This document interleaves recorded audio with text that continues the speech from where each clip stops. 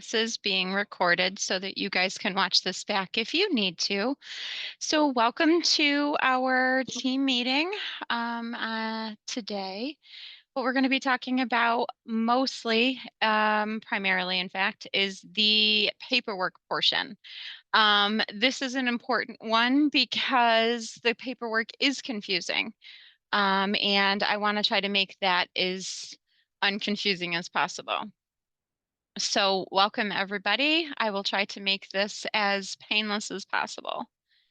So, the main things that are required for um, getting paid is your timesheet and your activity sheet. This is no matter what site you are on, no matter what type of contract, being 300, 450, or 900. These are the two documents that you will turn in every other Wednesday.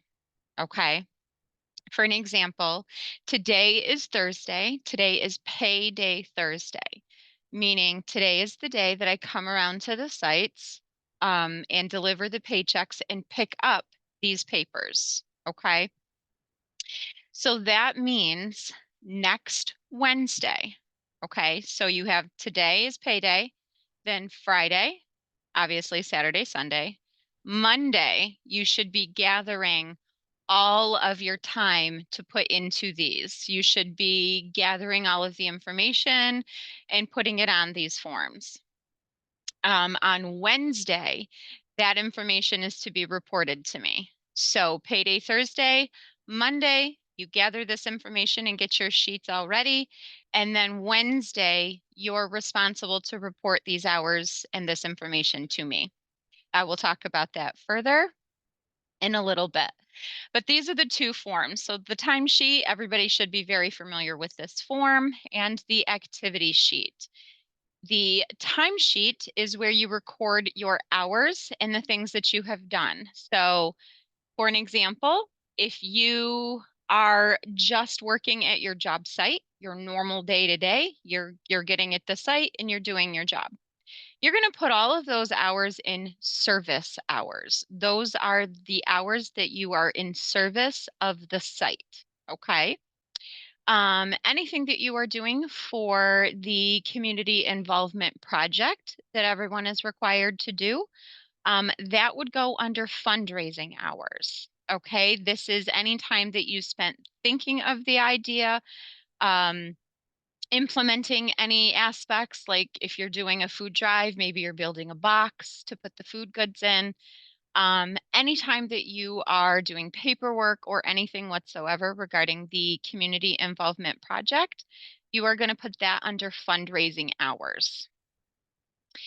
Training hours are anything to do directly with me through AmeriCorps. So if you are doing this training right here, you're going to log this time in your training hours section. Okay, so on your timesheet, you're going to have 725. You're going to have whatever hours you're doing at the site today. So say you're doing 6 or 7 hours, you're going to put 725 in service dates. Then you're going to put 7 hours if that's what you did at the site. If you also during that time worked on fundraising hours for an hour after your shift, you're going to add the fundraising hours into the fundraising section. And then the training hours, you're going to add whatever we do here. So if it's a half an hour, you're going to put 0.5. If it's 15 minutes, you're going to do 0.25. If it's a full hour, you're going to put 1 hour. And then you're going to total across horizontally. So 725, you're going to total it all the way across and put it in total. So you're totaling in two different ways. Okay, you're totaling like a graph. You're totaling left to right. Oh, sorry about that. You're totaling left to right, and you're also totaling up and down. Okay, so it's a graph. So all service hours need to have a number down here next to the total in that column. Fundraising hours need to have a total at the bottom. Training hours as well. And then when you get done with all of that, you've totaled it per day and you've totaled it per section. You're also going to put, ooh, I keep doing that. You're also going to put the total amount for everything in the last little box here for total and total. Okay? So you're just lining it up across the board, column and across. Does anybody have any questions about that portion so far? Okay. In the activity sheet is basically to document what it is exactly that you did during that time, right? So here's where you're telling me how many hours you worked. And here in the activity sheet is you're going to tell me what you did while you were working. Okay. So for an example, we'll use today. Today's date is 7/25. So you're going to write 7/25 in the date box. Time in would be the time that you start your day in total. If you start at 8 o'clock, this would be 8 o'clock. If you start at 9, it would be 9. Time out would be what time did you end your shift. Now, if you're taking a lunch, this would be what time you checked out for lunch. So if you check in at 8 o'clock and you check out at noon to go to lunch, the top would have time in 8, time out noon. When you return from lunch, you're going to go back and you're going to time in, which would be if you took an hour lunch, this would be at 1 o'clock. So you're going to time in at 1 o'clock and you're going to time out at the end of the day. What time did you end your shift and walk off the site? Okay. And if this is 4 o'clock, you were done for the day, you're going to write 4 o'clock. And then you're going to total up in total, what were the hours that you worked, obviously minus any lunches that you take. In the service hour description, this is where I want you to get as detailed as you can about what you did in your day pertaining to why you're at your site. So if you're housing, if you are on a housing or a volunteer contract, you're going to write down how many people did you help?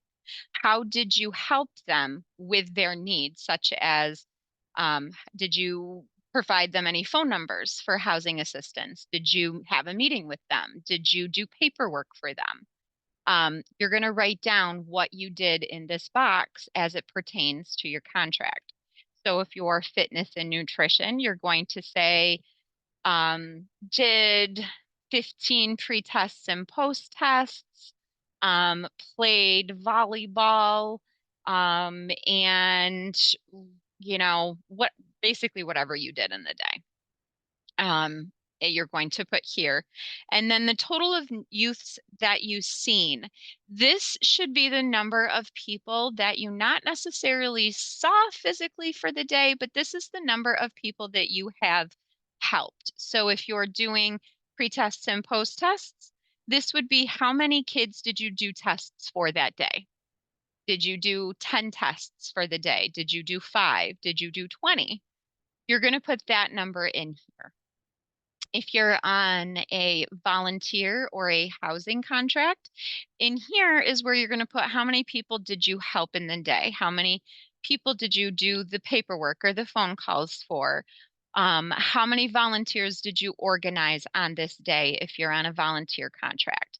This is how many people directly related to your contract did you assist in the day? Okay. So if you met with 5 people that just stopped into your site, but you didn't really interact with them as far as your contract goes, you're not going to have to worry about putting them down here because that was just an addition to your contract. Okay. So in here, it's how many people did you help as it relates to your contract. Down here at the bottom, this is a section that is often missed. One of these should be completed for each week. So you should have 2 of these to turn in, whether it's one sheet with one of these on the front and one of these on the back, or if it's 2 sheets looking like this, there should be 1 per week. And down here at the bottom, because you are required to watch these team meetings, whether you are here live or you are watching the recorded version, you are required to watch those. So every pay period, which is 2 weeks, you should have something in the training hours description. Okay. You should have either tuned into this meeting or watched it recorded. That time needs to be accounted here because we need to be able to say, yes, you attended the required meetings. Okay. If this isn't on here, I have to assume you did not follow the requirements for your contract, which is to attend team meetings. Okay. Again, virtually or watch it recorded, but you have to do that. So training hours should always have something in here, and it should always be payday Thursday because that's the day that we have the team meetings. Okay. And basically you're going to say meeting started at 10 or 9, we were done at 10. Hours served for that portion would be 1 hour. In the description over here, you can just say attended team meeting with focus paperwork. Really simple. Okay.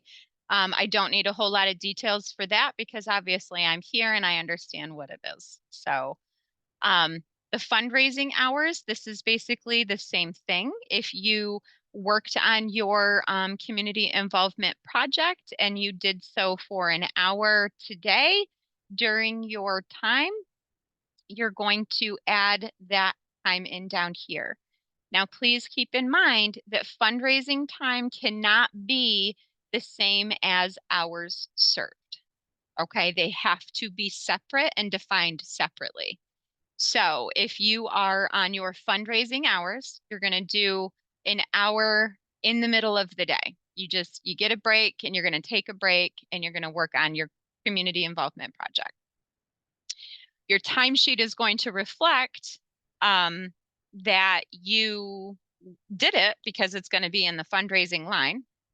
And on your activity sheet, you're going to time in and time out. So up here at the top, you're going to have time out, whatever time you stopped doing your actual service hours. Okay. And then you're going to time in down here in the fundraising hours. Okay. So let's say you took your lunch from 12 to 1, but from 1 to 2, you're going to work on your fundraising, your community involvement project. So the way that your activity sheet would look would be time in 9 a.m., time out 12 p.m. Down here, it would say time in 1 p.m. because you're returning from lunch at 1 p.m. Time out would be we worked on this community involvement project for 1 hour. We're going to time out at 2 p.m. Okay. And then up here, back on that day, we're going to time in at 2 p.m. and time out at the end of our day. Okay. So because if you don't actually break it down that way, it looks like you're double dipping your time. Okay. And we don't want that. We want our hours to be exact for what we're actually doing. And that's important because all of these two sheets right here are how they calculate how many hours you worked, how many hours you did for your fundraiser, and how many hours you did in trainings. This determines whether or not you appropriately finished your contract. Okay. So they use these papers to determine how many hours you did and did you meet the needs of your contract. Okay. This information then determines whether or not you get your educational award at the end. Okay, so that is the importance of these papers because if there's any question on what you did on your contract and whether or not it was an approved thing to do, they revert back to these two sheets. Okay, so these need to be as accurate as possible to properly depict your time. Otherwise, say that there's 5 hours of discrepancy. They can't determine if this was double dipping or actual time. What they'll do is they'll take that 5 hours off, and you potentially could be 5 hours short on your contract to meet that need, to meet your hour quota. Okay. And we don't want that. So we need to be as detailed as possible. Any questions on that? Okay. The next thing is the pay periods. Everybody should have something that looks like this in their binder. If for some reason you have one in there that might not have been updated to um, show 2024 on there, I can't be sure that they were all updated appropriately. So if for some reason they're not, let me know and I will email you a copy of this or hand deliver you a copy. But in your binder, this is the form that tells you what the pay periods are and when you need to do what you need to do. Okay. So over here, we have the pay periods. For an example, today is the 25th. We can look down here and see that we are within 7:15 to 7:28. That is the time frame of the pay period that we are in. Okay. So anything on your timesheets needs to reflect that specific set of hours or set of days. So you can't put anything on your timesheet prior to 7:15 and you can't put anything on your timesheet after 7:28. Okay. It only can be that time frame specifically. Um, if you send me a timesheet that has these hours on there, I will probably call you or email you and I will ask if you are okay and aware that those hours do not count and they need to be added to the next one. Okay, so you will get that call from me. The next thing is your reporting time. So again, it is the Wednesday after the pay period ends. Okay. So for this pay period, 7:15 to 7:28, you need to have your hours to me by 7:31. Okay. And and we'll discuss this in more detail, but you need to notify me in a variety of different ways of your choosing what you actually worked. So this is when I need a number. So if you look at your timesheet, this total number right here in this lower box is the number that I am looking for when you turn in time to me on that Wednesday. Okay. You can do that a variety of ways. You can email me a number, say 64. You can call me and tell me a number, 64. You can remind at me the number 64. But I need that number right there that is going to be reflected on your timesheet to be the number that you let me know. And the reason for this is I need some form of confirmation that you have each worked more than the minimum of 10 hours in a pay period, okay, in order to be paid out. So that is what I'm looking for. I do want the exact number, but I'm looking for that number to verify to me that you have in fact done the more than the minimum of the 10 hours per pay period, which is needed to be paid out. Okay. So when you call me, it's the total number here that I'm looking for. So that would be reported to me on 7/31, and then your paychecks would come to you on 8/8 for that pay period. On 8/8, that is also team meeting day. So they coincide with each other. The day that you get paid is the day that we have the next team meeting. Okay. Any questions on pay periods? Okay. So I'm going to read this. This comes straight out of your contract and straight out of your binders. Timesheet policy. For each 2-week period, an AmeriCorps member must complete a timesheet and 2 activity reports. That is what I'm talking here when I say you need one of these and 2 of these sheets that you're looking at. It could be front and back, or it could be 2 of these. Okay, 1 for each week that you worked. Timesheets must be filled out in black or blue ink only. If it is pencil, if it is crayon, if it is marker, I cannot accept it. Okay. These are legal documents and they needed to be treated as such. So if you were going to sign for buying a new car, you wouldn't bring a pencil, right? You'd bring a pen. Um, um, it is not acceptable for members to white out any entries on the timesheet. This is important. This is because they need to verify what the original information was and that it was intentionally deleted. Okay. So they don't want any whiteout on there. If changes need to be made, members should draw a line through the item to be changed, write the corrections next to it, and initial the change.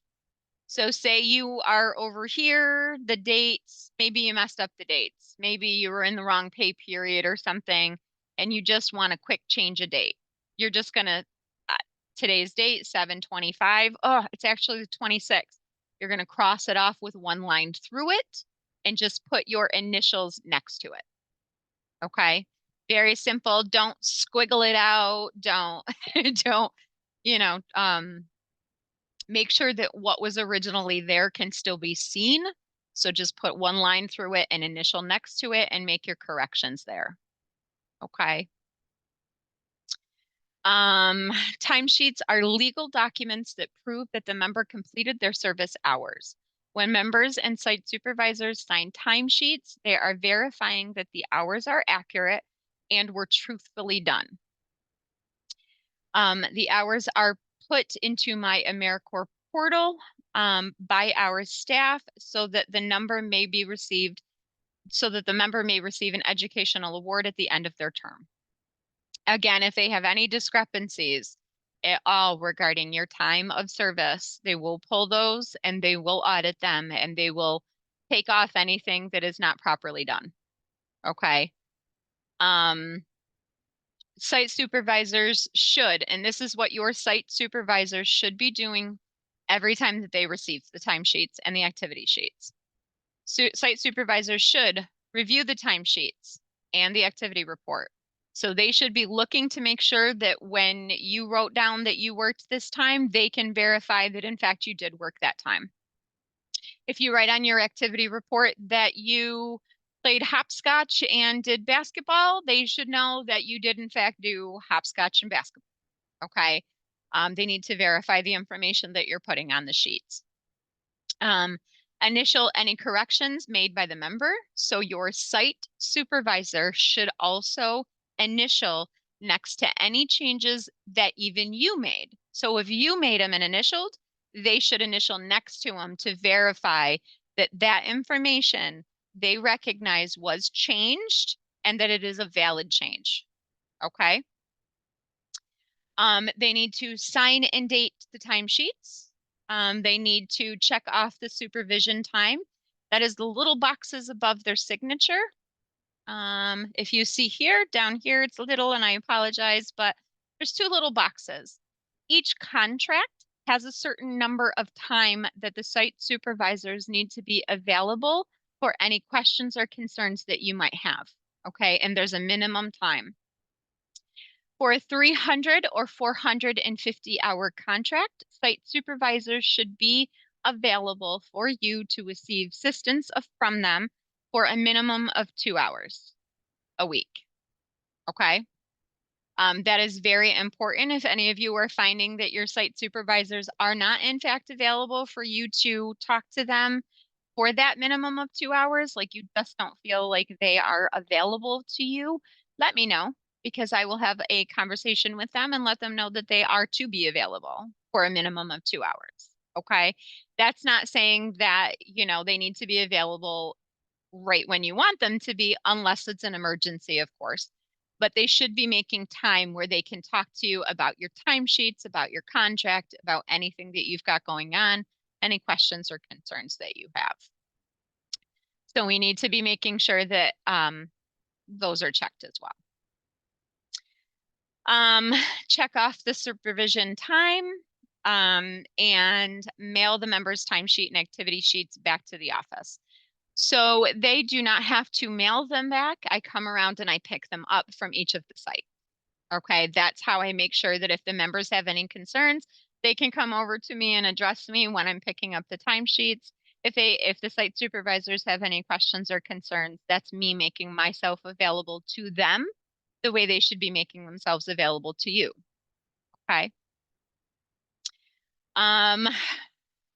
State requirement, a member must not have access to or possession of the timesheet and activity report once the site supervisor has signed them. This is an AmeriCorps rule, okay? This is to make sure that the members aren't altering the timesheets after they've been done, after they've been signed and checked over and everything is good. I do understand that there are some times that doesn't necessarily work. But what I am trying to do is have every site set up a folder. Inside the folder, the site supervisor puts the signed timesheets. And then when I come around to the sites to pick them up, I pull them out of the folder. The member doesn't need to give them to me. They can, but they don't need to give them to me. I know right where to pull the information if I come, to try to accommodate that. The site supervisor must ensure that both forms are delivered directly to the AmeriCorps office. I kind of assist with this, but it is ultimately the site supervisor's responsibility to make sure that I'm getting the timesheets. Okay. Excuse me. So this means that you followed all the protocols, you've done all of the things that you're supposed to do, documentation is completed. Basically, the site supervisor has to make them available to me to pick up because that's the agreement that we've made. But for some reason, if I am unable to make it out, for whatever reason, the site supervisors are responsible to make sure that they get to me prior to payday. Okay. You can email, you can fax, email, or send through Remind a copy of the timesheets to our office at. This is for reporting day. So if you don't want to give me a number and you want to actually give me your forms themselves, which many of you do, those are the ways that you can do that. You can fax it to me. My fax number is right down here. You can send it to me through Remind. You can take a picture and send it to me on Remind. That comes directly to me. None of the other members can see it. Or you can email me a copy by that Wednesday. Okay, those are just a variety of different ways that you can get that to me. My information is listed here. It says that you are required to make communication with me on that Wednesday in whatever form you choose, but count on reporting the hours on Wednesday.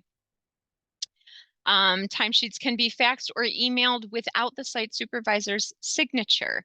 This is important because the way that it is set up is you report the times to me, but your site supervisor has that additional week to physically sign them. So they've looked at them, they've said, yep, this looks about right. It gives them an extra week to sign them. So you can fill out your timesheets, you can do all the reporting, you can get me that total before your site supervisor approves them. That means if the hours change from what you report to me to what your site supervisor says, I just go in the system and change the amount of hours that were reported. Okay. So you can report whatever you believe to be true. Your site supervisor has a week to verify that. Okay. Any changes that come from what you report and what they report, I change once I receive the final signed timesheet. Okay. And if it's a big number, then I will notify you. You know, if you say that you worked 60 hours and your site supervisor says you only worked 40, you will hear from me because we will talk about the discrepancy. Okay. If it's a big number. For the first time, a fax, email, phone call, message of some sort is not received by the due date, which is that Wednesday, by 4 p.m. on Wednesday. We will contact the member and leave them on payroll the first time. So if I do not get a number from you by Wednesday at 4 p.m. on the pay reporting day, I will process your pay. I will process your pay one time only. Okay, I'm allowed to do that. After that, you don't get paid if you don't report to me by Wednesday by 4. Okay. I have to have, there's things I have to do on my end to make sure that you guys get paid, and that's the time that's due. Okay. So Wednesday at 4 p.m., if I don't receive anything and there's been no other problems, you'll get one time that it is processed. The next time you won't get paid. you'll have to wait. Okay. For the second time after that, we will not process the paid checks for the following week. The member would be the subject of a fine policy and the third time, if the third time occurs. That I'm not going to penalize anybody with uh, a penalty like that. I'm just going to basically, you're just not going to get paid. Okay. And if it becomes a repeat problem, we meet about it, we talk about it, and we might have to make some adjustments and addressing some things. Okay, so in your binder, you will see these 3 forms in the document section. These are examples of how the timesheets should be done, although there is an error on this one, which I will talk about in just a minute. So, but these should look familiar. Okay, so here's a timesheet, and there are some things that are wrong with this timesheet. Anybody want to take a guess, like pick out one thing that's not right?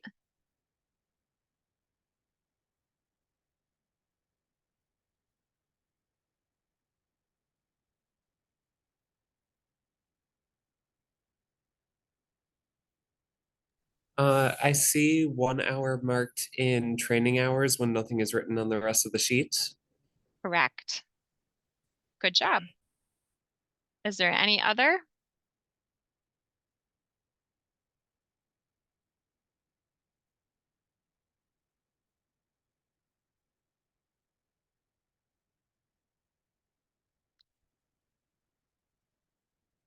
It's a silly one. The next one is you need to put the full date on here. It needs to be 7/8/24, 7/22/24. It should be the full dates of the pay periods. And also your site should be spelled out. We could potentially have a few sites with the same initials, so this needs to be whatever your actual site is. After this would be completed, your site supervisor should make corrections, should notice that there's no information here. So it doesn't say what day they did this training. It doesn't provide any information here. Okay. Then the member would sign and date it. The site supervisor would select their option here and sign and date it once the corrections are made. All right. Anybody want to guess? You can pick either side. Just throw out something that you can see here that doesn't look right to you.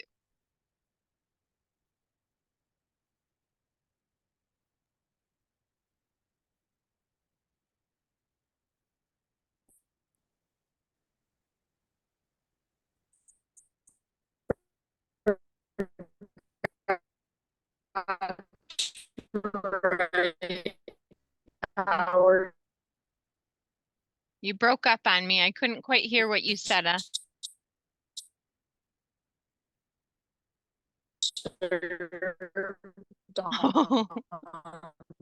Wednesday. Could you try that one more time, Maya? Because I couldn't hear. Oh. Can you hear me now? Kinda. Can you hear me now? Yes, now I can hear you. Okay. Is it working? It is. I can hear you. So what terrible. Forgot. No, you're cutting in and out, darling. I'm so sorry.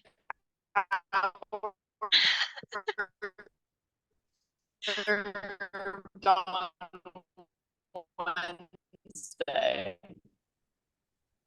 Forgot the right hours served on Wednesday. For Wednesday. No? Okay. Yes. Nope, I got the last part of that. Got the last part of that.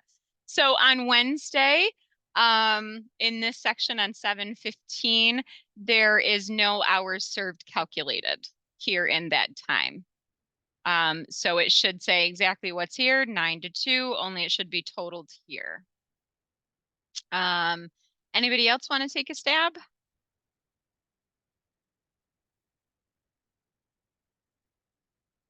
That's okay. So we'll go just through a few of them. So we'll come down here. This should be totaled across. Up here on 714, there's no, oh, sorry about that. There's no number here, right? There's not even a 0 for how many clients did we see. Okay. There should be a number here because they obviously were doing something with someone. We're just not seeing how many someones they did something with. Okay. Also the same thing down here. This number isn't totaled up down here. Over here on this side, we have this person had a fun Friday, but they put 25 kids in here, but they didn't fill out the rest of the time in and time out. Okay. Up here at the top, they didn't fill in the number. So as you can see, it's very important to make sure that we are filling it in across the board. Everything that can be filled in is filled in. And another thing that is missing from this, we are to assume that this is one pay period. Over here, we have 7-6 to 10, and over here we have 7-13 to 7. That should be 17, although that's another error. There's two 7-16s here. So that's another thing that should be fixed. Down here, there should be training hours. Okay. This is a 2-week period of time. They should have had a team meeting in between here. And between these two sheets, there should be a team meeting in there. Okay. That is important. Make sure that your team meetings are being watched or attended. Okay. So pre-test and post-tests. This has been a tricky thing. Next year, there will be different changes coming to the forms. So basically, pre-tests and post-tests are, you get your children that are new. Each child is only done one time at the site. So if you have 10 kids that are only coming on Monday, Tuesday is going to be a completely different set of kids. Everybody at that site should be coordinating on how those 10 kids will be pre-tested and post-tested. Okay. Maybe there's 3 people at the site. There's 10 kids that are new that have not been done. Maybe we split them up 3-3-1, 3-3-1, or however you want to divide it. But each child that is new to each site should be done one time. Okay. And the way that is these are just here for you to use for your ease if you want. These are just random examples. You could even make your own tests if you feel like these don't work for what you need or you want to do. You want to create a test that's 3 easy, quick questions regarding fitness and nutrition. That is okay. Okay, these are just here so that you can quick ask the questions, copy them down, and then go on about your day. Okay. So each kid should have a pre-test, an activity, and a post-test. Okay. So you're going to do this. Then you're going to go and you're going to do a physical activity. Whatever physical activity that you are doing that works with your fitness and nutrition pre-test and post-tests, you're going to write on the physical activity recording log. Okay. So 725 activity kickball. How many kids participated? How many kids played kickball? Pretty simple, right? That one's pretty simple. This form over here is to document what activity you chose to do in between the tests. Okay, so you're just documenting your process essentially. So here you get the group together, the kids that you're testing, you ask them 3 to 5 questions, right? Then you put the papers away, you go out and you do an activity.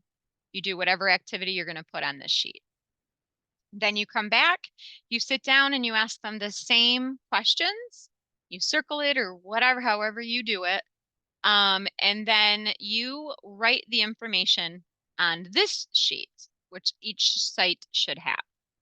Okay. So this is going to be the name that you are working with. So in this situation, it's Evan P. They asked him questions about what are some healthy physical activities. Okay. So that was what was asked to them. They asked them and to give them 3 ideas. This particular person said video games. Can't really make out what that one is. And then watching TV. Okay. Evan gave 3 examples of things that were not necessarily the healthiest physical activities. So then they go out and they do a physical activity and they come back and they ask that same set of questions. So now Evan says basketball, can't make out what that says, and hiking. So basically, he gained knowledge from that physical activity. Okay. He changed video games to basketball. That's an increase in knowledge, right? So that is what we are recording. We are recording their initial 3 responses and their final 3 answers. Okay. That's what this form's for.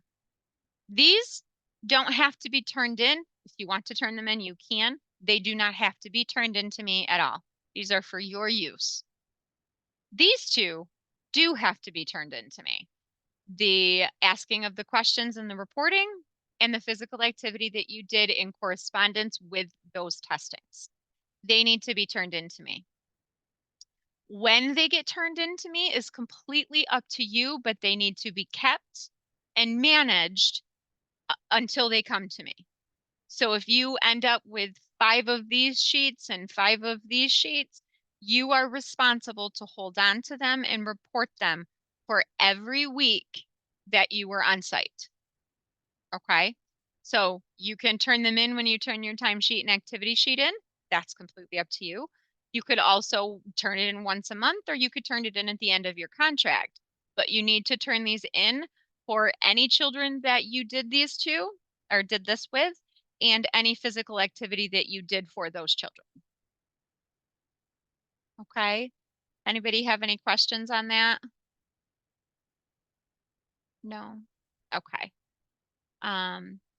For those of you that are not on a fitness and nutrition contract, for those of you that are on a volunteer or a housing contract, you will not have these. You will not have these. You will have something that looks like this. Okay. And if you do not have these at your sites, please let me know and I will bring a stack of them to you because this is what you're reporting on. If you are on a volunteer management contract, you will record the name of the person the volunteer that you coordinated, the date that the volunteer came in to do volunteer hours, the amount of hours that the volunteer volunteered for. So if they came in on 7:25 and they worked 2 hours, you're going to put 2 hours here. And activities done by the volunteers, you're in charge of logging what they did. Now you can have them sign in and sign out if that helps your job. But you are responsible to keep track of how many volunteers each site had, what they were doing. Okay. Because this shows that you were in fact managing volunteers. Okay. So this you are responsible to turn into me. Again, I need to have every volunteer that you worked with, every activity that they did, that'll fit on that line within reason. You can turn it in with your pay timesheets and activity sheets. You can turn them in monthly or you can turn them in at the end of your contract, but you are responsible to keep track of these and to turn into me. Okay. I don't need them until the end of the contract when I have to report to AmeriCorps what you did in relating to your contract. Okay. If you are doing housing slash volunteer management, some people are on a multi-faceted contract. You would do the volunteer log and you would also do the housing log. And the housing log is very simple. It's 7:25. Met with Jack, completed paperwork. Okay. Secured housing, move-in date next week for Jack. Okay. So this is where you tell me what progress has been made for a particular person towards getting housing needs met. Okay. So it's pretty simple. And down here at the bottom, each time you complete one of these forms and you turn it in, you're going to verify the information on the bottom of the form. Were they placed in housing? Date placed in housing. Still in housing, not reported yet.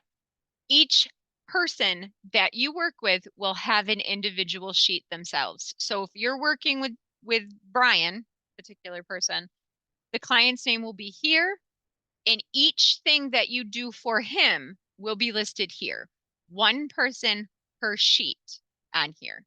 So if you have 5 people that you're working to secure housing with, each person will have their own form that helps to track what services have been provided to secure this person for housing. And then that's what these answers are for on the bottom of here. Okay, so if you're working with Brian and Brian potentially could have secure housing within a month, I suggest you keep this sheet and you just keep working on it. And then when you're ready to turn it in, maybe Brian gets secure housing, maybe Brian doesn't get secure housing. When he is done with your assistance and no longer needs it, you're going to complete this and turn into me. Okay. We are getting towards the end here. I apologize for this one being so long, but I want to give a lot of details so that hopefully I can answer any questions that you guys might have. The community involvement project, most of you have turned in your approval form to me already. I'm still waiting on some of them for some of you. But the community involvement approval form is basically where you tell me what's your idea, what's your project going to be. Are you doing, clothing drive, food drive? What are you doing? And it lays out the parameters. And then I receive the form and I initial up here if it was approved. If revisions need to be made, I send it back to you with this checked off, ask you to make the changes, and then submit back to me. So far, everybody's that I have received has been approved. So if anybody is concerned, everybody's community involvement project so far has been approved.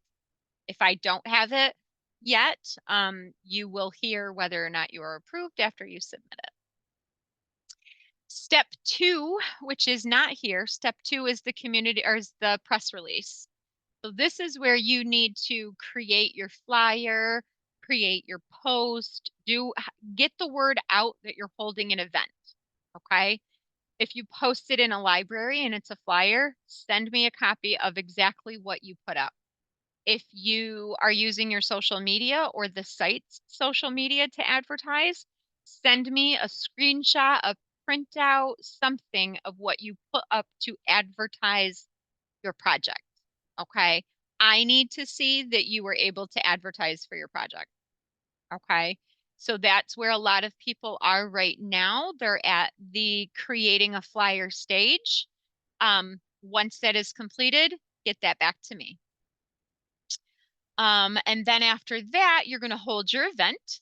You're going to do your project. You're going to put out the box and collect the goods or whatever your project is.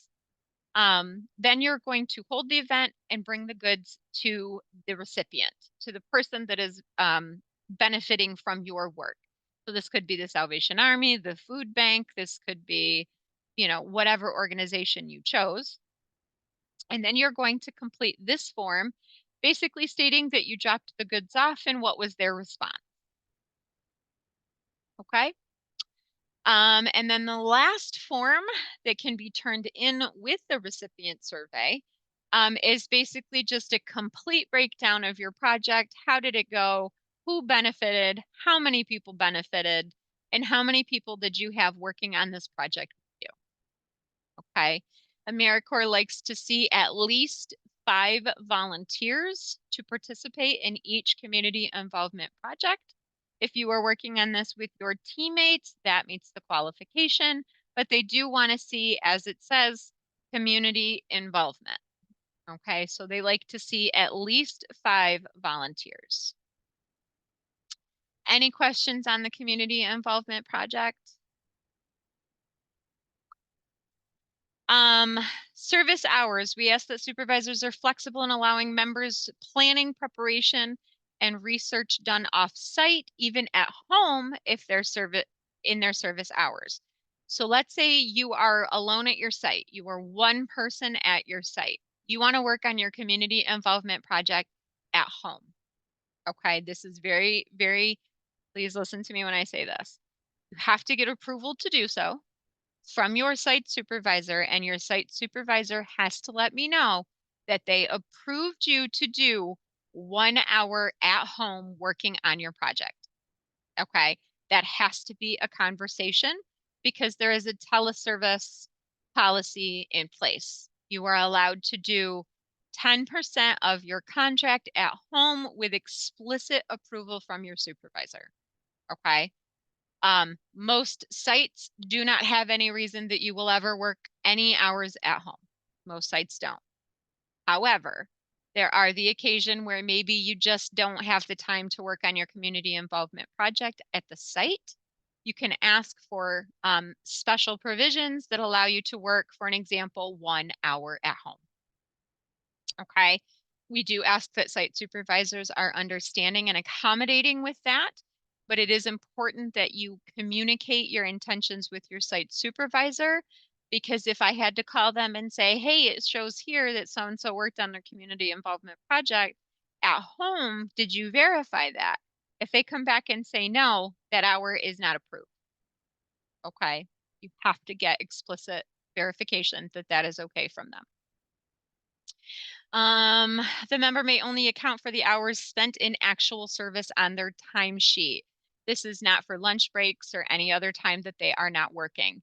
Make sure your hours on your timesheet reflect exactly what you're actually doing in your day. Okay. Don't round up, don't round down, be as accurate as possible. The member is required to attend one team meeting every 2 weeks. This is straight out of your binder and out of your contract. Okay, that's why it's in here. It kind of talks about the team meetings and how it's mandatory. Okay. Attendance. Members are expected to follow the schedule set up with their sites. If a member is unable to be at their sites at the designated time, the member must call the site to notify the site supervisor.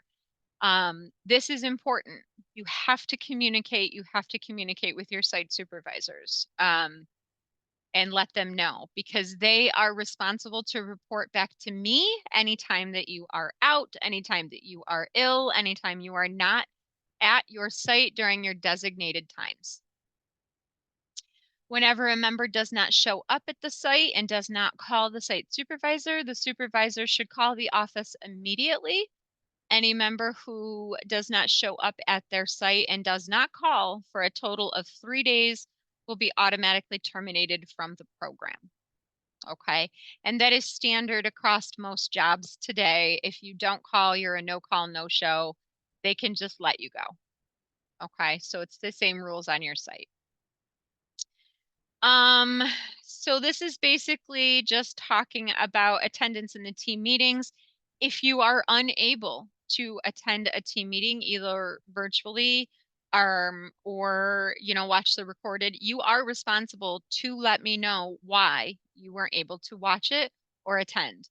You have to do that, because if you don't attend, you won't be able to write on the bottom of your activity sheet that you attended the team meeting, and therefore you're not meeting the qualifications of your contract. Okay. So if you're not going to be there and you're unable to watch the video for whatever reason, say your computer system goes down, you normally watch at home, now you can't get at it. It's Sunday night and you haven't been able to watch it, reach out to me. Okay. There's other ways I can send it to you in an email. There's other things I can do to make sure that you can get to watch the video. But you are responsible to let me know any issues that you're having.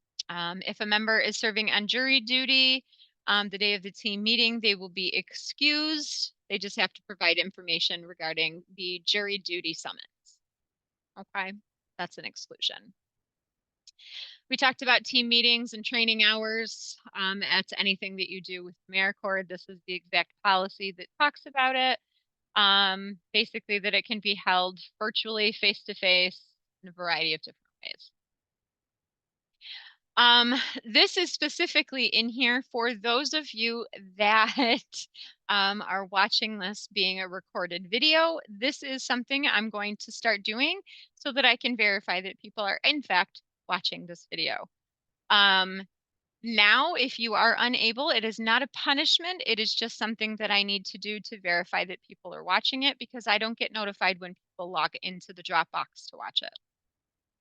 So if you are watching this as a recorded message, I would basically like you to complete 1 through 4. Okay. If you are here watching it with me, you guys can take a screenshot of this if you'd like to just, take some little questions and answer, but we've talked about pretty much all of the things on this sheet, so you don't have to. Okay. So thank you for being here. And unfortunately, if you're unable, please complete questions 1 through 4 and send me the answers in an email. If I don't get your answers to this by Monday morning, I'm going to assume that they didn't watch it, and that I would have needed to have an excuse as to why. This would be internet issues, this would be whatever the reason, but I would have needed to know that you were able to log on. This is the end of the paperwork portion of our video. Does anybody have any questions about anything that I have spoke about today? Oh, I can't hear you, Noreen. If you're trying to talk, I can't hear you. I can't hear you, Noreen. Your volume might be down.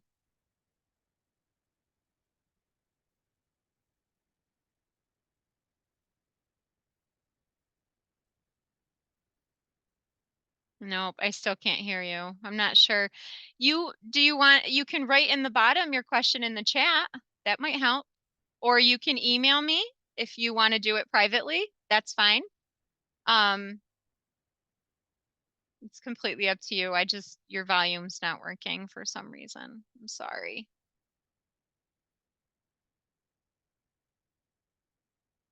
Yep. So the meeting is all finished. You guys are all good to go. Thank you very much for attending, guys. I will be coming out to each of your sites today. I might not need to come to Hollis. I got your papers and you should have received your checks today from Zach. So I might not be at Hollis, but I will be at all of the other sites today, dropping off and picking up things. If you need to reach out to me, you can track me down at your site, or you can email me and tell me to stop in and find you if you need me. Okay, I will be hitting the road at 10 o'clock today. So at any point between now and 4 p.m., I'll be at your sites. If you need me to bring something, hit me up on Remind or send me an email so that I can bring it with me. I will be leaving here in approximately 30 minutes. So you got 30 minutes to let me know if you need anything. Other than that, I thank you very much for attending, and you guys have a wonderful day. Thank you. Yes, I will bring more timesheets to Zerby. Thank you very much. Have a good day, guys. I have a question. Oh, absolutely. What's up? Well, not a question. So Bridge House is done at 2 o'clock. Okay. It's like 7:30 to 2. So I can come to you first. What time do you want me to be to your site? What would work It best doesn't- for you? It Okay. doesn't matter. So how about I make your site the first one? Assume that I'll be there about 11:15 to 11:30-ish, roughly in that frame. Okay. But I'll make sure that I hit you guys up first because I know you guys end earlier. Okay, thank Okay. you. You're welcome, hon. I'll talk to you soon. Bye.